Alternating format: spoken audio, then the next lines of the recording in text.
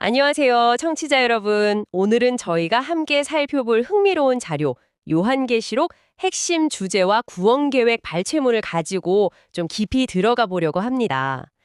네, 기독교 신약 성경의 맨 마지막 책이죠. 요한계시록. 맞습니다. 이게 사실 들으면 좀 복잡하고 또 어떤 분들은 좀 무섭다고도 하고 상징이나 예언이 많다 뭐 이렇게들 생각하시잖아요. 네, 그렇죠. 워낙 이미지가 강렬하고 그래서 그런 인상이 있을 수 있습니다. 그래서 오늘 저희는 이 분석 자료를 바탕으로 해서 그 핵심 메시지가 뭔지, 또 구원 계획이라는 큰 그림은 어떤 건지 한번 같이 그려보려고 합니다. 네, 좋습니다. 이 책 안에는 정말 그 강렬한 환상들 또 아주 깊은 영적인 진리들이 담겨 있거든요.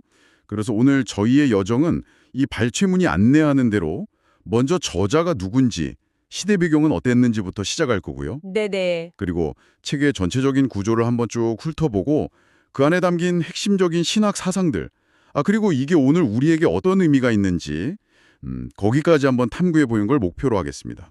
좋습니다.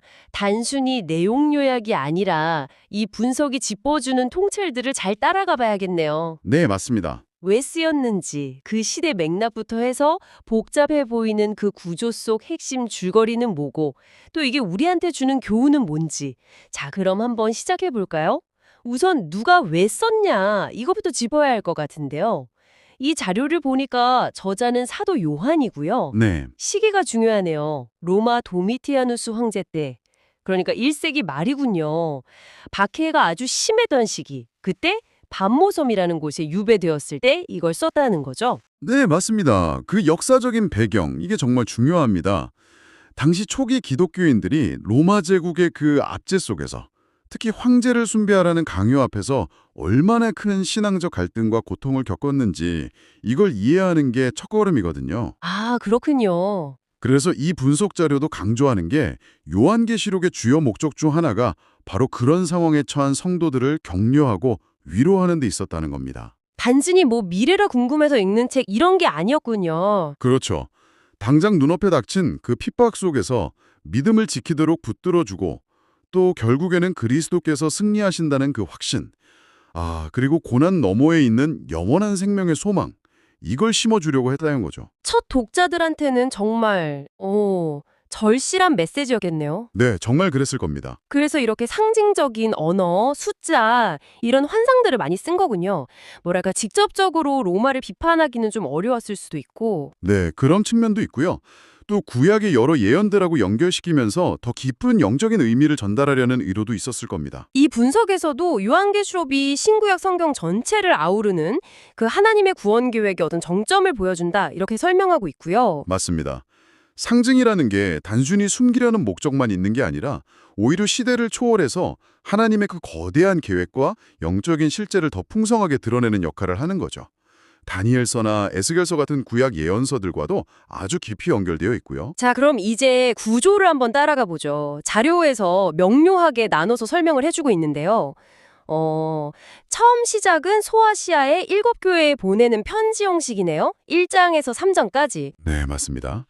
거기서는 각 교회가 처한 구체적인 상황들, 칭찬할 점, 또 책망할 점, 권면 이런 것들이 나오죠. 네. 그러다가 4장부터는 시야가 확 바뀝니다. 하늘로 올라가죠. 하나님의 보좌 완상이 나오고 그 다음부터 이제 7인, 7나팔 재앙 이런 식으로 심판이 점진적으로 펼쳐지는 구조입니다. 4장부터 11장까지요. 아, 그러니까 처음에는 땅의 교회 이야기에서 시작해서 하늘의 관점으로 우주적인 규모로 확 커지는 거군요. 그렇죠. 하늘 보좌에 앉으신 하나님의 영광, 그리고 중요한 게 오직 어린 양, 즉 그리스도만이 그 봉인된 두루마리, 그러니까 하나님의 구원 계획을 펼치기에 합당하시다. 이런 선포가 나오거든요. 예? 어린 양? 이게 이제 앞으로 나올 모든 사건의 기준이 되는 겁니다. 그 뒤에 나오는 7인, 7나팔 재앙은 뭐 전쟁, 기근, 죽음, 자연재해, 박해 이런 것들을 통해서 이 땅에 임하는 하나님의 심판, 또 종말의 시작을 알리는 그런 신호탄 같은 거죠. 점점 강도가 세지고요. 점점 세진다. 그리고 나면 이제 이 자료에서 영적 전쟁의 시기라고 부르는 핵심 갈등 부분이 나오네요. 12장부터 14장. 여기서는 이제 용, 사판이죠. 그리고 그 부하들 같은 두 짐승이 등장하고요. 하나는 바다에서, 하나는 땅에서. 적그리스도, 거짓 선지자 이렇게 보통 해석하죠. 네, 맞습니다. 그 12장에서 14장이 계시록의 어떻게 보면 중심부라고 할 수 있습니다. 하늘과 땅에서 벌어지는 그 하나님 나라와 사탄 세력 간의 치열한 전투를 아주 생생하게 보여주죠. 상징 해석이 여기서도 중요한데요. 예를 들어 12장의 그 해를 입은 여인은 보통 하나님의 백성, 그러니까 이스라엘이나 교회를 상징하고요. 그녀를 핍박하는 붉은 용은 사탄을 가리킵니다. 네. 13장의 바다짐승은 세상의 강력한 정치 권력, 당시로 치면 로마 제국 같은 신적인 권위를 주장하면서 교회를 박해하는 그런 세력을 상징할 수 있고요. 땅의 짐승은 이런 세상 권력을 종교적으로 뒷받침하면서 막 기적을 행하고 사람들을 미혹해서 그 짐승에게 경배하게 만드는 그런 거짓된 종교 세력을 나타내는 거죠. 아, 그 유명한 666표도 여기서 나오는 거군요. 네, 맞아요. 이 분석에서는 그 666표가 바로 이 짐승에게 충성하고 경배한다는 표시다. 이렇게 설명하고 있습니다.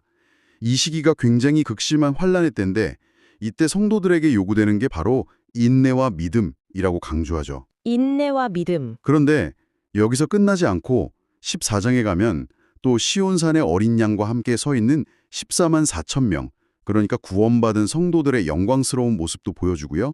또 영원한 복음이 선포되고 악의 세력에 대한 심판이 예고되면서 희망의 메시지도 같이 나옵니다. 그리고 그 뒤를 이어서 마지막 재앙 시리즈. 일곱 대접 심판이 쏟아지는군요. 15장, 16장. 이게 아주 숨가쁘게 진행되네요. 네, 그렇죠. 일곱 대접 재앙은 정말 이전의 인이나 나팔 재앙과는 비교할 수 없을 정도로 강력합니다. 더 이상 지체하지 않고 악에 대한 하나님의 완전하고 최종적인 진노가 쏟아지는 장면이라고 할 수 있죠. 와, 정말 숨 막히는 전개인데요. 자, 이어서는 큰 음녀 바벨론이라고 상징되는 이 세상의 악, 부패, 하나님을 반역하는 그 시스템 자체의 멸망이 선포되고요. 17, 18장. 네. 그리고 마침내 클라이맥스. 그리스도께서 백마 타고 재림하셔서 악의 세력들을 완전히 격파하시고 이게 아마 아마게돈 전쟁과 관련 있는 거죠. 사탄을 결박한 후에 1000년 동안 다스리시는 시대, 1000년 왕국이 오고 그 다음에 최후 심판이 있다. 19, 20장. 이렇게 이어지는군요. 맞습니다. 17, 18장의 바벨론은 단순히 옛날 도시 이름이 아니죠. 하나님을 대적하고 세상의 부와 쾌락, 우상 숭배를 좇는 이 세상 시스템 전체를 상징하는 겁니다. 아하. 그래서 이 분석은 바벨론의 멸망이 모든 종류의 조직적인 악, 또 영적인 타락에 대해서 하나님의 공의로운 심판이 반드시 임한다는 걸 보여준다고 설명해요. 땅의 왕들이나 상인들은 막 슬퍼하지만 하늘에서는 오히려 하나님의 공의가 실현됐다고 찬양이 울려 퍼지죠. 네. 그리고 19장, 드디어 만왕의 왕 만주의 주이신 그리스도께서 영광 중에 재림하셔서 모든 악의 세력을 심판하고 승리하시는 그야말로 클라이맥스 장면입니다. 여기서 어린 양의 혼인잔치 비유도 나오는데 그리스도와 교회의 완전한 연합, 그 기쁨을 상징하고요. 어린 양의 혼인잔치. 20장은 조금 해석이 분분한 부분이긴 한데 어쨌든 사탄이 1000년 동안 무적행에 갇히고 순교자들이나 신실한 성도들이 그리스도와 함께 1000년 동안 왕노릇하는 천년왕국 시대를 묘사합니다. 그 후에 사탄이 잠시 풀려나서 마지막 반역을 하지만 완전히 패배하고 불못에 던져지고요. 그리고 이어서 모든 죽은 자들이 하나님의 큰 흰 보좌 앞에서 자기 행위에 따라 심판받는 최후 심판 장면이 나옵니다. 이 모든 심판과 전쟁 끝에 드디어 최종 결론이네요. 새로운 시작, 새 하늘과 새 땅, 그리고 하나님께서 자기 백성들과 영원히 함께 계시는 새 예루살렘의 도래. 21, 22장. 와, 이건 정말 완전히 다른 세상에 대한 비전인데 의미가 클 것 같습니다. 네, 이 마지막 두 장은 정말 요한계시록 전체, 아니 성경 전체의 소망이 집약된 부분이라고 할 수 있습니다. 이 분석이 강조하듯이 이건 단순히 장소가 바뀐다는 의미가 아니라 하나님과 우리 인간 사이의 관계가 완전히 회복된다는 걸 의미해요. 관계의 회복이요. 네, 죄 때문에 깨졌던 그 에덴 동산의 상태가 비교할 수 없을 정도로 영광스럽게 회복되는 거죠. 그 유명한 구절 있잖아요. 하나님의 장막이 사람들과 함께 있음에 하나님이 그들과 함께 계시리니 그들은 하나님의 백성이 되고 하나님은 친히 그들과 함께 계셔서 모든 눈물을 그 눈에서 닦아주시니 다시는 사망이 없고 애통하는 것이나 곡하는 것이나 아픈 것이 다시 있지 아니하리니 처음 것들이 다 지나갔음이로라. 아, 네, 계시록 21장 4절 말씀. 정말 감동적이네요. 그렇죠. 이게 바로 계시록이 주는 궁극적인 위로와 소망의 핵심입니다. 죽음, 슬픔, 고통이 완전히 사라진 영원한 상태. 새 예루살렘 도성의 그 영광스러운 모습, 그 안에 흐르는 생명수강, 생명나무. 이런 것들은 다 하나님이 주시는 영원한 생명과 충만한 복을 상징하고요. 창세기에서 시작된 그 타락과 그 결과가 완전히 뒤집히고 하나님의 구원 계획이 완성되는 그런 장엄한 피날레군요. 네, 바로 그렇습니다. 들어보니까 구조 자체가 정말 하나의 거대한 드라마 같아요. 그렇다면 이 복잡하고 장대한 이야기 속에 담긴 핵심적인 신학 메시지, 그 주제는 뭘까요? 이 분석 자료가 특별히 강조하는 게 있을까요? 네, 몇 가지 중요한 신학적 기둥들을 짚어볼 수 있습니다. 첫 번째는 역시 하나님의 절대적인 주권과 통치입니다. 온갖 혼란과 악이 판치는 것 같아도 역사의 주관자는 하나님이시고 그분의 계획은 반드시 이루어진다. 이 메시지가 처음부터 끝까지 관통하죠. 네. 특히 그리스도를 만왕의 왕이요 만주의 주라고 선포하는 장면에서 이게 절정에 달하고요. 두 번째는 악에 대한 하나님의 공의로운 심판. 죄와 반역은 영원히 용납될 수 없고 반드시 하나님의 공의로운 심판을 받게 된다는 걸 아주 분명히 보여줍니다. 뭐 아까 나온 심판 장면들이 다 그렇죠. 그렇군요. 심판. 그리고 세 번째는 이와 대조적으로 오직 어린 양 예수 그리스도의 희생을 통한 구원입니다. 심판받아 마땅한 죄인들이 어떻게 구원받을 수 있는가? 그 유일한 길은 십자가에서 피 흘리신 어린 양, 예수 그리스도를 믿는 믿음뿐이다. 이걸 강조하는 거죠.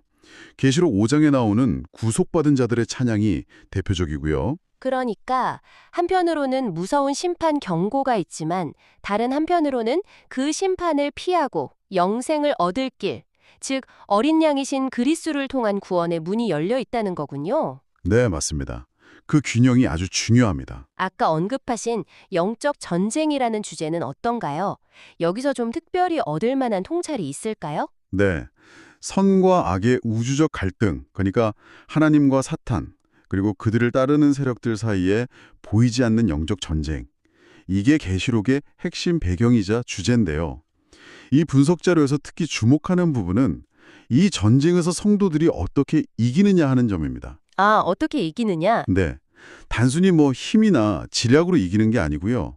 계시록 12장 11절 말씀, 어린 양의 피와 자기들이 증언하는 말씀으로써 그를 이겼으니 그들은 죽기까지 자기들의 생명을 아끼지 아니하였도다. 이 구절이 핵심이에요. 어린 양의 피와 증언하는 말씀, 그리고 죽기까지 생명을 아끼지 않았다. 그렇죠. 승리의 비결이 세 가지인 거죠. 첫째, 그리스도의 십자가 보혈, 그 능력에 의지하는 것. 둘째, 어떤 핍박과 위협 속에서도 담대하게 예수를 증언하는 것. 셋째, 심지어 죽음 앞에서도 믿음을 타협하지 않는 순교자적인 각오. 이게 계시록에 보여주는 세상 방식과는 완전히 다른 승리의 역설이라고 할 수 있습니다. 그 구절은 정말 곱씹어 볼 만하네요. 승리가 내 힘이 아니라 어린 양의 피와 나의 증언 그리고 희생에 달려 있다. 그렇다면 이 모든 고난과 싸움 끝에 주어지는 궁극적인 소망은 뭘까요? 그냥 언젠가 천국 가겠지 하는 막연한 기대 그 이상일 것 같은데요. 네, 맞습니다. 계시록이 제시하는 소망은 아주 구체적이고 강력합니다. 가장 중요한 건 역시 그리스도의 확실한 재림 약속이죠. 재림 약속이요? 네. 보라, 내가 속히 오리니 내가 줄 상이 내게 있어 각 사람에게 그가 행한 대로 갚아주리다 하신 말씀이나 책의 맨 마지막에 내가 진실로 속히 오리라 하시거늘 아멘 주 예수여 오시옵소서 하는 그 응답. 이 약속 자체가 마지막 시대를 사는 성도들에게 인내하고 깨어있을 강력한 동기를 주는 거죠. 네. 그리고 아까 잠시 말씀드린 새 하늘과 새 땅에서의 영원한 상태에 대한 그 비전, 모든 눈물, 고통, 죽음이 사라지고 하나님과 완전한 교제 속에서 영원히 사는 것. 이게 모든 믿는 자들이 바라보는 궁극적인 소망이고요. 이 분석은 또 계시록 2, 3장에 나오는 7교회에 주신 메시지들, 특히 이기는 자에게 주시는 약속들이 있잖아요. 뭐 생명나무 과실을 먹게 한다, 둘째 사망의 해를 받지 않는다, 새 이름을 준다, 만국을 다스리는 권세를 준다 등등. 이런 약속들이 바로 이 최종적인 소망과 다 연결된다고 지적합니다. 아, 현재의 신실함이 미래의 영광으로 이어진다는 거군요. 네, 바로 그거죠. 그렇군요. 단순히 미래에 일어날 일들을 그냥 쭉 나열하는 게 아니라 그 모든 것들이 현재를 살아가는 우리에게 깊은 의미와 방향을 준다는 말씀이시네요. 자, 그럼 이제 가장 중요한 질문으로 가볼까요? 이 복잡하고 장대한 요한계시록 분석이 오늘 이걸 듣고 계신 당신에게 구체적으로 어떤 의미가 있고 또 어떻게 적용될 수 있을까요? 이 자료가 제시하는 실질적인 교훈들은 뭘까요? 네, 맞습니다. 이 분석은 요한계시록이 그냥 지적 호기심 만족시키는 책이 아니라 오늘 우리 삶을 변화시키는 능동적인 메시지를 담고 있다고 강조하는데요. 몇 가지 핵심적인 실천 교훈을 제시합니다. 첫째는 어떤 어려움 속에서도 끝까지 충성하라는 겁니다. 충성. 네, 1세기 소아시아 교회들이 겪었던 박해나 유혹이 형태는 좀 다르겠지만 오늘 우리에게도 여전히 있잖아요. 거기에 타협하지 말고 믿음을 지켜라. 이게 첫 번째 요청이고요. 둘째는 세상의 죄악된 문화나 가치관으로부터 자신을 구별해서 거룩한 삶을 살라는 겁니다. 거룩한 삶. 네, 계시록 18장 4절에 내 백성아 거기서 나와 그의 죄에 참여하지 말고 그가 받을 재앙들을 받지 말라는 음성처럼 세상 흐름에 그냥 휩쓸리지 말고 하나님의 뜻을 따라 구별된 삶을 추구해야 한다는 거죠. 그리고 아까 강조하셨던 그리스도의 재림에 대한 소망을 굳게 붙드는 것. 이게 그냥 수동적으로 기다리는 게 아니라 현재의 삶을 능동적으로 만들어가는 힘이 된다는 점도 중요해 보이네요. 이 분석에서도 소망 가운데 깨어 준비하며 살도록 격려한다고 딱 명시하고 있고요. 정확합니다. 재림의 소망은 우리에게 인내를 가르쳐주죠. 당장 눈에 보이는 결과가 없더라도 하나님의 때를 기다리면서 신실하게 살아갈 힘을 줍니다. 또 이 소망은 우리가 하나님의 궁극적인 정의와 승리를 확신하게 하니까 모든 영광을 하나님께 돌리는 예배와 찬양으로 자연스럽게 이어지게 하고요. 계시록 19장에 나오는 하늘의 찬양처럼요. 네. 더 나아가서 이 분석은 요한계시록이 우리에게 복음 증거의 사명을 일깨운다고도 말합니다. 계시록 14장에 나오는 청사가 외치는 영원한 복음, 즉 하나님을 두려워하고 그에게 영광 돌리고 창조주 하나님을 경배하라는 이 메시지를 아직 모르는 사람들에게 전해야 한다는 촉구인 거죠. 종합해보면 이 분석 자료는 요한계시록의 메시지를 오늘 우리 삶 속에서 구체적인 영적 실천으로 연결하고 있네요. 뭐 지식으로만 아는 게 아니라 기도와 예배하는 삶, 세상과 구별되는 의롭고 거룩한 삶, 그리스도를 증거하는 삶, 그러니까 전도죠. 또 시련 속에서도 포기 않는 인내의 삶, 그리고 주님 다시 오심을 깨어 준비하는 삶, 이런 걸로 나타나야 한다. 네, 맞아요. 이런 삶 자체가 하나님의 그 위대한 구원 계획에 동참하는 영광스러운 일이다. 이렇게 제시하는 것 같고요. 바로 그렇습니다. 요한계시록은 결코 우리를 두려움이나 혼란 속에 빠뜨리려는 책이 아닙니다. 오히려 이 분석이 보여주듯이 역사의 주관자이신 하나님의 신실하심, 또 어린 양 예수 그리스도의 십자가와 부활을 통한 완전한 승리, 그리고 그분을 믿는 자들에게 약속된 그 영광스러운 미래를 보여줌으로써 우리에게 흔들리지 않는 소망과 용기를 주려는 책인 거죠. 네, 오늘 우리는 요한계시록 핵심 주제와 구원 계획이 발췌문이 제시하는 아주 풍성한 내용들을 함께 살펴봤습니다. 1세기 로마 제국의 박해라는 그 배경에서 시작해서 7교회부터 새 예루살렘까지 이어지는 장대한 구조, 그리고 그 안에 담긴 심판과 구원, 영적 전쟁과 궁극적인 소망이라는 강력한 주제들을 따라가 봤네요. 네. 이 분석 자료는 때로 좀 어렵게 느껴지는 상징들 너머에 있는 일관된 메시지를 계속 강조합니다. 그건 바로 하나님의 절대적인 주권, 어린 양이신 그리스도를 통해 주어지는 확실한 승리, 그리고 끝까지 믿음을 지키는 사람들을 위해 예비된 그 영원하고 영광스러운 미래에 대한 약속이죠. 네. 자료에서 인용한 핵심 구절들, 예를 들면 나는 알파와 오메가라, 또 어린 양의 피로 우리를 사서 하나님께 드리셨다는 그 찬양, 어린 양의 피와 자기들이 증언하는 말씀으로써 사탄을 이겼다는 선언, 모든 눈물과 죽음과 슬픔이 사라질 거라는 약속, 그리고 내가 진실로 속히 오리라는 주님의 마지막 당부와 성도들의 응답, 이런 구절들이 이 거대한 그림의 핵심을 잘 요약해 주는 것 같습니다. 결국 이 분석은 요한계시록을 단순히 미래 예측서 이렇게만 볼 게 아니라 오늘 우리가 어떻게 살아야 할지를 가르쳐주는 삶의 지침서로 읽도록 안내하고 있는 거네요. 충성, 거룩, 소망, 인내, 예배, 증거 이런 키워드들이요. 맞습니다. 그래서 이 자료를 통해서 마지막으로 당신께 한번 던져보고 싶은 질문은 이거예요. 만약 요한계시록이 정말로 인류 역사의 정점, 그리고 하나님 구원 계획의 최종 승리를 보여주는 그림이라면 그 안에 담긴 메시지의 긴박성, 그리고 그 흔들리지 않는 궁극적인 소망을 깊이 생각해 볼 때 그게 오늘 당신의 삶의 우선순위나 행동에 어떤 실질적인 변화를 가져올 수 있을까요? 각자에게 깊은 울림을 주는 질문인 것 같습니다. 잠시 시간을 내서 스스로에게 한번 답해 보시는 것도 좋겠네요. 자, 이제 이 자료의 마지막 부분에는요, 예수님에 대한 이야기에 마음이 좀 움직이신 분들을 위한 특별한 초대의 글이 포함되어 있습니다. 그 내용을 제가 그대로 한번 읽어드리겠습니다. 읽기 시작. 당신이 예수님을 믿고 싶은 감동을 받았다면 오늘 마음을 열고 예수님을 영접하세요. 그분은 우리의 죄를 위해 죽으셨고 부활하셨으며 우리에게 영원한 생명과 축복을 주시기 위해 살아계십니다. 당신이 죄를 버리고 그분의 구원을 믿기만 하면 모든 죄가 용서받고 하나님의 자녀가 될 수 있습니다. 다음과 같이 기도를 따라 해보세요. 존귀하신 주 예수님, 저는 죄인임을 고백합니다. 주님께서 제 죄를 대신하여 십자가에서 죽으시고 영생을 주시기 위해 다시 살아나셨음을 믿습니다. 지금 저는 주님을 저의 구주이시며 삶의 주인으로 영접합니다. 제 모든 죄를 용서하시고 주님의 뜻에 따라 저를 인도해 주옵소서. 아멘. 아멘은 그렇게 되기를 원합니다 라는 뜻입니다. 만약 당신이 위와 같이 기도했다면 예수 그리스도를 당신의 구주로 믿고 영접하신 것을 진심으로 축하드립니다. 당신이 예수님을 믿고 싶은 감동을 받았다면 오늘 마음을 열고 예수님을 영접하세요.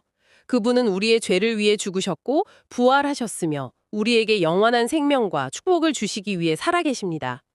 당신이 죄를 버리고 그분의 구원을 믿기만 하면 모든 죄가 용서받고 하나님의 자녀가 될 수 있습니다. 다음과 같이 기도를 따라해 보세요. 읽기 종료. 네, 오늘 요한계시록이라는 정말 깊고 넓은 바다를 저희와 함께 항해해 주셔서 감사합니다. 다음 시간에 또 다른 흥미로운 주제로 찾아뵙겠습니다.